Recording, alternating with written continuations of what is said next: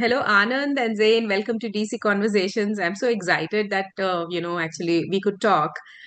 First of all, I want, your first impressions of what you have seen so far. I know there is an embargo till 31st, I mean the first. So before that, whatever you have seen so far, both Anand and Zain, tell me what you think. Like, is it what you imagined or probably it's exceeded your expectations? Well, what is launching on 31st is just the teaser of the universe. It is Yeah, the tip of the entire iceberg that we'll be releasing over the next few months. yeah. Book coming out. We have 400 pages of lore coming out. We Mm. have an entire coffee table book of the architecture of the world, hundreds of images. And we have been very privileged to have the best collaborators from around the world agreeing to work with us. So when we started this project out, we reached out to everyone who we thought whose work had inspired us, and all of them agreed to come on board. So we are the team that has come together to build this, and super excited of how things are turning out. Yeah, in terms of people's responses, because the we gave out the ARCs, the early books, the early exposure to the lore wiki. some We shared some images internally with friends and friends of friends within international, producers and things like that. And I just I was just reading some of them that started coming in since yesterday.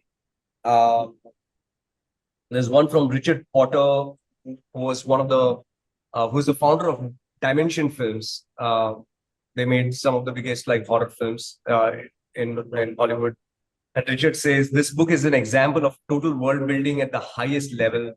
From page one, it drops you into a new fantastical living reality. This is not a book to be read; it's a trip to another realm to be experienced. Um, Wow. and then there is Ayush has been sending me. Zen, it's somewhere on the on that group that Ayush has been sending some of these. There's Yeah. one from Steve Barragurian, who's the VP of development at Tom Cruise's studios and at Disney, who has written something very sweet. Besides teaching me a new language and taking me on a sophisticated, nuanced cultural journey, it doesn't just try to be the setup of a big traditional American film, but has all the necessary components of a hero's journey that's spectacular, episodic, intimate, smart, and thoroughly well thought through. That's this is this is from Steve Aranguren, uh, who was an executive at Disney International and worked at CA for many years and worked with Tom Cruise for many years. So these are internal reviews that are coming out as we speak, because we've just like in the last couple of weeks given out some in early access to the world to people, and responses have been amazing. And as amazing they are, and as generous they are, we feel that they are just the beginning, that just the tip of the iceberg, because that's what they have seen. They have seen just the beginning of something. We are, I mean, Zain and I are hoping to do this work within this narrative universe that we have created for the next 50, 20 years of our lives. So we have just begun. How is Maya different from other sci-fi narratives about technology, AI, power, and digital manipulation? That's such a good question, Rashmi, and it's a question that kind of we think about incessantly, because at multiple levels we wanted to not only reflect the world we are living in, and mirror the challenges of the world as we can foresee them, but also provide hope and solutions. Not only limit ourselves to mirroring the anxieties of the world, or amplifying the invisible, which is what a lot of science fiction does. It uh, Science fiction is an incredible tool to speculate about the future and build consensus about the steps that we need to make certain futures come true, and eliminate nightmares from coming true. Um, and it's a space where we come together, build up our anxieties, create maps for course correction. It tells us if we keep going down this path, climate crisis will produce an X kind of results, and we'll be living in a post-apocalyptic Earth. And soon enough, we won't have food to eat. We'll be killing each other. We'll be eating each other, or something like that. It tells us about distant futures that mirror the authoritarianism or surveillance capitalism of our present days, and shows us through that distant view, the crisis that we are incapable of seeing sometimes because we are so close to them and because we are living in them. So that's why this framework is incredibly exciting to work with it. But what we have done is gone beyond just creating warnings, just simulating dreams and nightmares. But we have also synthesized, we have unified frameworks. Created, uh, we have created a large scale fable language. We've created a new language for everyone to come and use to produce discourse within. Uh, we have created a space for unification of ideas that seem to be contradictory. Humanity is very good at taking really big complex problems and breaking them down into small parts and then study those parts for decades or centuries. We have a high degree of understanding of how qubits work. We have an incredible understanding of how serotonin sticks to neurons and transmits information. Uh, but what we are not necessarily very good at as a civilization is piecing those chunks back together, because that was the job originally relegated to storytellers.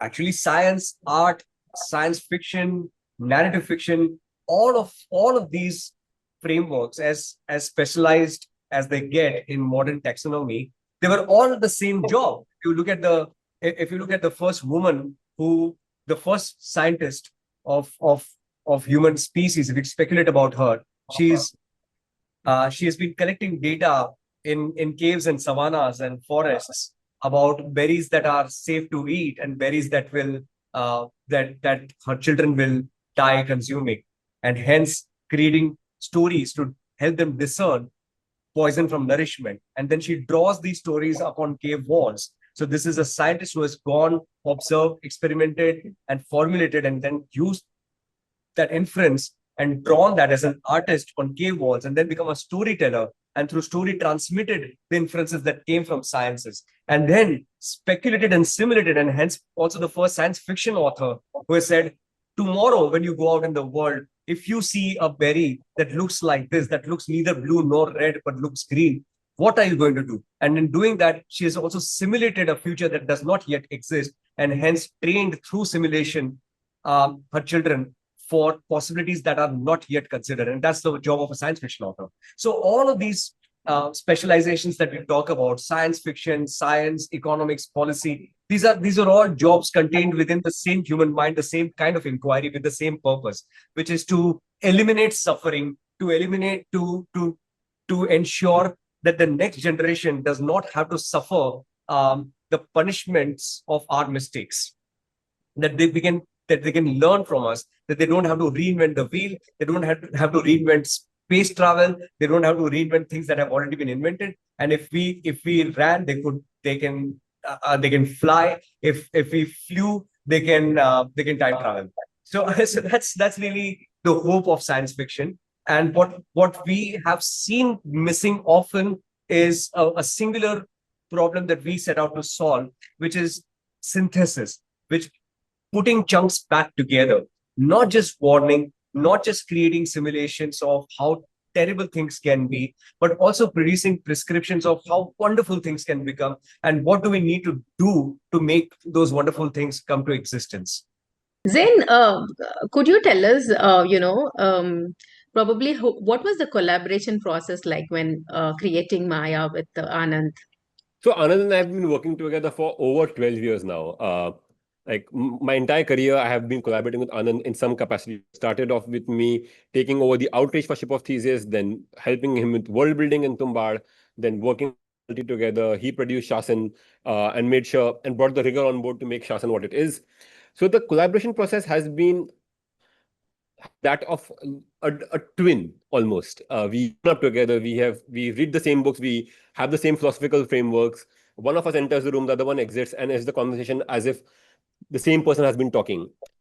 So I can imagine when other people say collaborations are difficult and there's a intellectual sparring that's going on that gets personal. And I've heard co-authors talk about this and wax eloquent about this. I haven't felt any of that.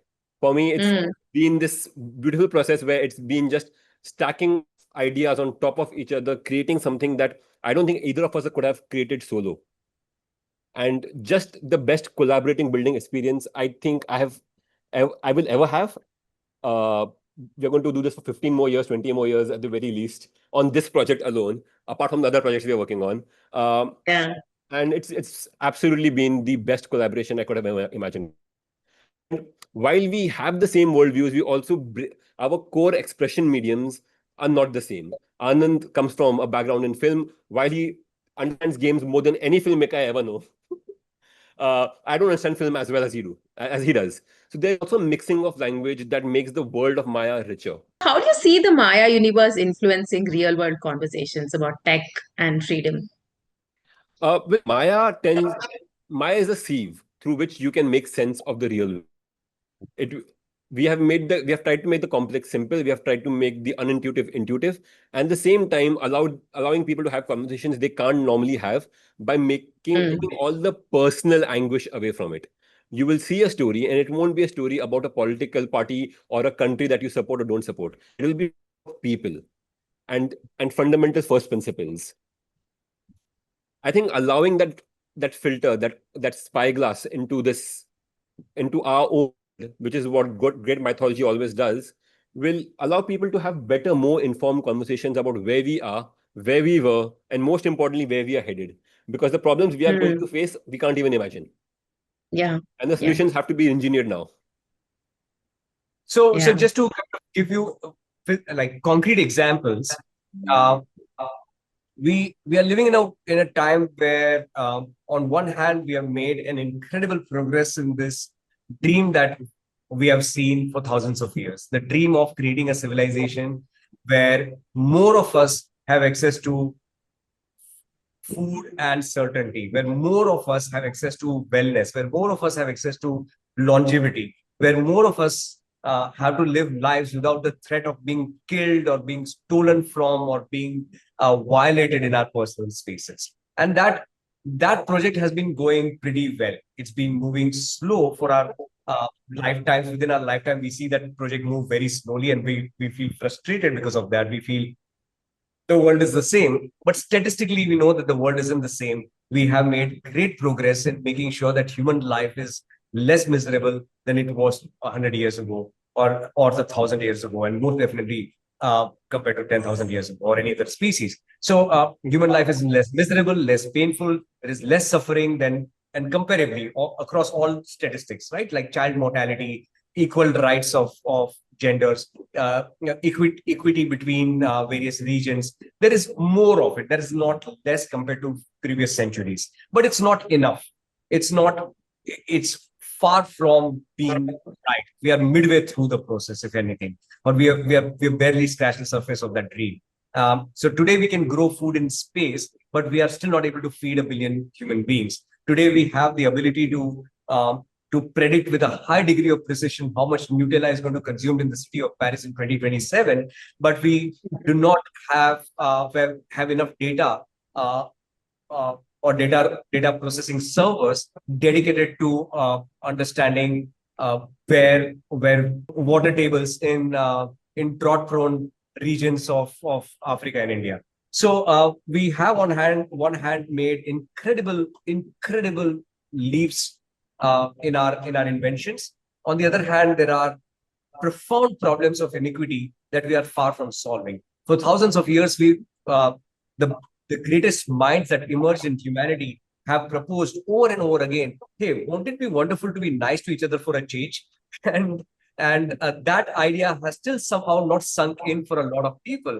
A lot of people think that killing each other is absolutely fine and even probably uh, required. Whereas we know for sure there is again sufficient evidence that killing each other is not a wonderful solution in any circumstance, and we must try and work as I mean it's just shocking that we still have to say this, that I have to qualify the fact that living in 2025 I still have to qualify that, hey, it's not a great idea to kill each other under any circumstance.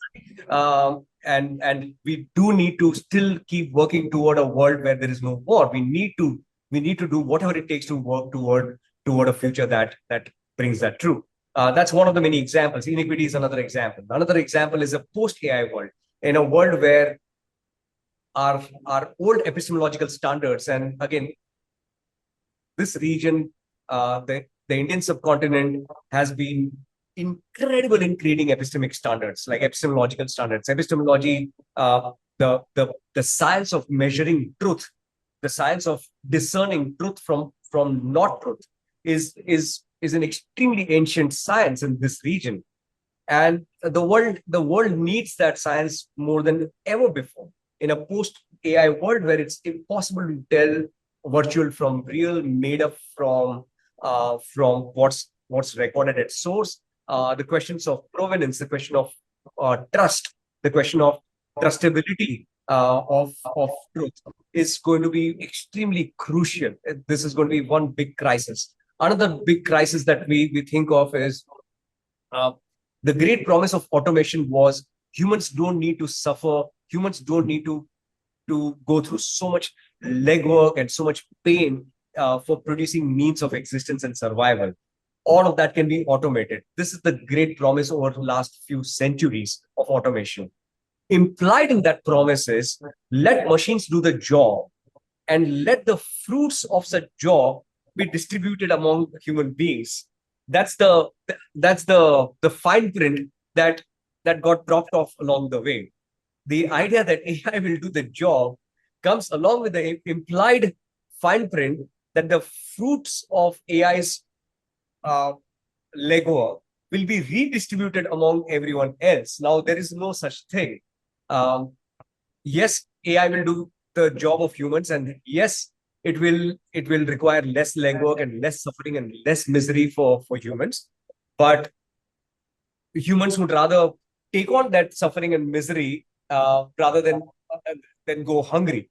So it's going to be extremely crucial to talk about how the fruit of how the wealth created by such automation is going to be redistributed among the whole species. Now, these are some of the questions. These are 4 or 5 questions that are top of our heads that we have taken head on with our stories, with the Maya narrative universe. And there we have synthesized insights from the East and the West. We have spoken language of philosophy and science, of art and engineering, of game and cinema. So we brought the worlds together and created what uh, an early reader, an early reviewer said, is an ideological sandbox. Zain, one last question. So, what has been the most surprising insight you have gained from creating this immersive world? So when we started building this universe, we didn't self-censor. We didn't think, okay, this is all we're going to talk about. Every idea, every thought, every parable, every worldview, every breakthrough that we had heard of that we wanted to share with the world. This became the playground to share that. Hmm. And that, as you can imagine, can get increasingly and infinitely complex. But what we did was we treated each system as a machine unto its own. We designed a system with complete fidelity and then plugged it into a larger system. And we did this ad infinitum, making a machine of machines, of ideas, where everything spoke to each other, where the biology of a species spoke to how uh, how the language formed, where their environment spoke to how the economic systems and what the economic philosophies were. And as we kept adding complexity upon complexity, we just realized that as long as you stick to your first principles, the world that you build will just make sense. No matter how much you abstract it, people will see through the clutter and understand the parable you're trying to tell them. And through all the sci-fi, science fiction, and fantasy tropes that we use, at the end, the story becomes a story about the reader themselves. And Yeah. that is something we knew theoretically, but to see it in action was just absolutely amazing. Anand, what would be the biggest takeaway from Maya, according to you?